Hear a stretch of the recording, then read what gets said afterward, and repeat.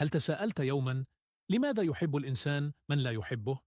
يمكن أن يبدو الأمر محيرا. دعنا نستعرض السبب وراء هذا الشعور الغريب. أولا، هناك حاجة للإحساس بالقبول. نرغب في أن نكون محبوبين من الجميع. عندما لا يظهر شخص اهتمامه، يصبح هذا مخيفا وجذابا في نفس الوقت. ثانيا، يمكن أن يتسبب الخوف من الفقدان في انجذابنا. نحن نخشى فقدان فرصة الحب حتى وإن كانت من شخص لا يهتم بنا. ثالثا، بعض الناس يميلون للانجذاب للأشياء المحرمة. الحب الذي يبدو بعيدا يثير فضولنا. كمثال، تخيل شخصا يحب زميله الذي لا يبادله الشعور. قد تتولد لديه مشاعر قوية رغم عدم وجود أمل. في النهاية، الأمر يعود للقلوب وما تشعر به. الحب يعتبر معقدا وغامضا. علينا أن نفهم مشاعرنا بشكل أفضل. إذا كنت تشعر بالحيرة فهذا طبيعي.